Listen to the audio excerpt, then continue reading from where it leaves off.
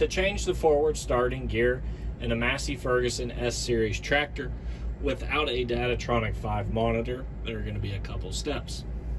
We're going to need to use both our power shuttle lever on the left-hand side of the steering wheel and also our T-handle on the right-hand console. With that, we'll hit our clutch pedal in, take our power shuttle lever and put it in the forward position, and using your T-handle and power shuttle lever at the same time, we're going to push forward on both of them. This will change your starting gear from when you first power shuttle the tractor into forward.